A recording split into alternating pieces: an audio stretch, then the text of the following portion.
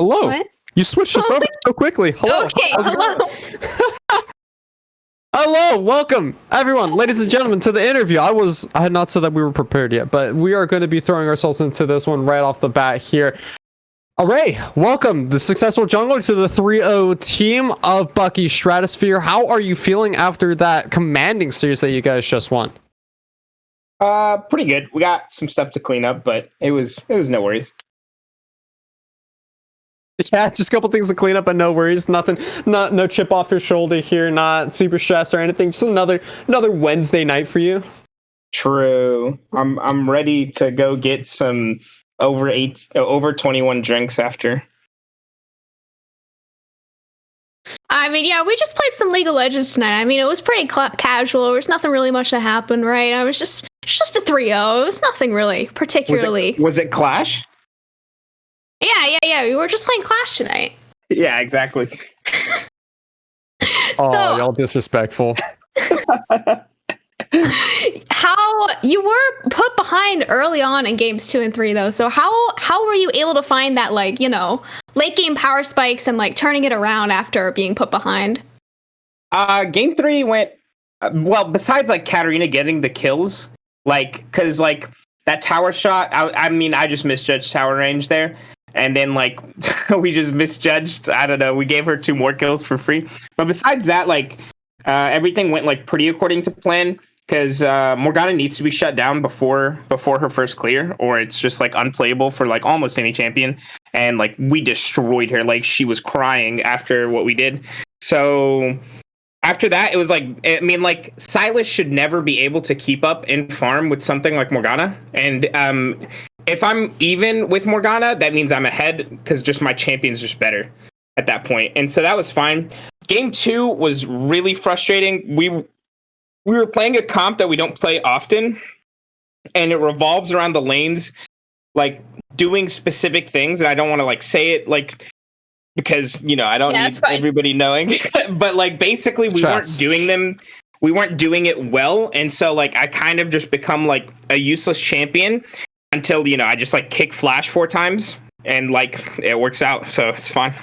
If it works, it works. But you were saying that, you know, from your jungler perspective, these are things that you're talking about. And, you know, of course, we're going to get your side of the story as the jungler for your team. I also happen to know that you are the captain of the team. And you mentioned to me in an interview we did earlier this week, and I'll get posted online for everybody else to watch that. You're also the captain of the team Buckaroos. I just want to hear from you, you know, you're the captain of the team, you're captain of the org, and you're the jungler. What do you bring to the table as a personality specifically for your players, and how do you influence the game? Is there like a main shot caller, or what is your role once you're in game?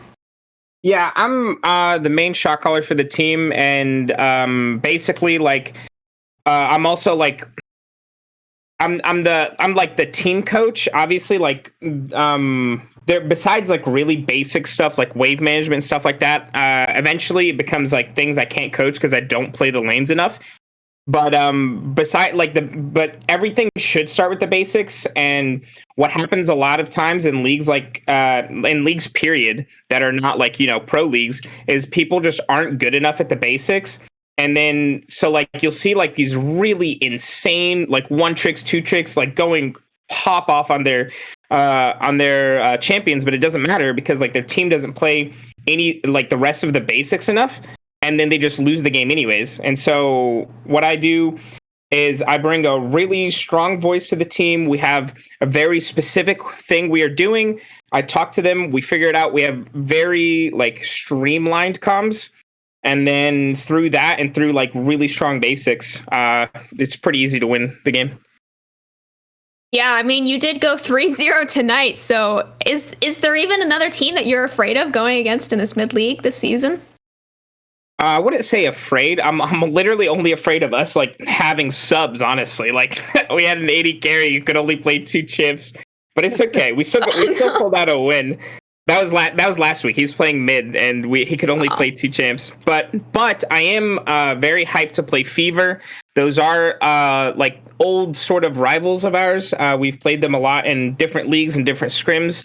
I believe we do have the win ratio on them at the moment, but they're always super fun to play. Hey, that's exciting to hear. You always love to see old rivalries coming back up here. Any last final shout outs that you guys have?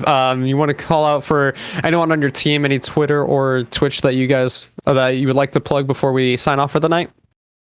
Oh yeah, we got twitch.tv/Bucky's Arreyy. It's exactly how you think it's spelled. And then shout out to like everyone on the team. Everyone like had like different pop-off moments. Like Slim Kim was hitting some insane ultimates on both Kled and Set. Seraphine ults were insane. Like the Vygar, I know it looks kind of memey that he has 15 assists, but like it was like no one was gonna walk through the E, and it didn't matter. So it was a really fun tournament or league night, and our mid laner played insanely well for his first week with us ever. You love to hear it, but thank you so much, Arreyy, for coming out and joining us for the interview tonight. And thank you, everyone else who has come out tonight in order to join us on this stream. All 47 of you still here watching this interview and has been here to support us throughout this series tonight. It was a clean 3-0 coming in from Bucky Stratosphere. Let's give you the rundown on what everything else that happened tonight as well here. We'll go ahead and pull up the games. It looks like we've had quite a lot of 3-0s by the end of tonight here. CB Rush, Bucky Stratosphere, No Fear Wolves, and Shadow Blade Slash all finishing their series in 3-0 fashion, meaning that Degenerates Reformed, Elventus Amber, Divine Ascension Obsidian, and Ninetail Fox Onyx all go down 0-3 by the end of the night. And the one exception to the rule, Fever versus Death Cards Academy. And you wouldn't believe it, but it's Fever that wins game 1 but lose game 2 and 3, which means it is none other than Dead Cards Academy that come up at the end of the night with a 2-1 victorious record. So a lot of stomps and a lot of teams that you wouldn't necessarily think pulling out the win, which tells you nothing else that mid-league is highly competitive, and the rest of these weeks coming up are going to be just as exciting and just as hard to predict who's going to be winning as the second week here was. Yeah, I mean, I think we are probably just going to be ending the stream here now soon, though. So that is quite the upset, though, with Fever. That is really not what people were expecting there. It's especially being the only 0-3 or not 3-0 team. Yeah, especially considering that everyone has such high hopes for them. We just heard Arreyy talking about it. But ladies and gentlemen, that's going to be it for us tonight here. Thank you so much for coming out and tuning in and watching as we took you through this game. Next week, we are going to have an exciting series. And let me just look. It's going to be between Ninetailed Fox Onyx and Fever next week, so we'll have to watch and see.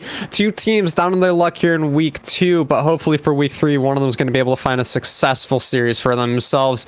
Thank you so much for watching, ladies and gentlemen, and with that we bid you adieu.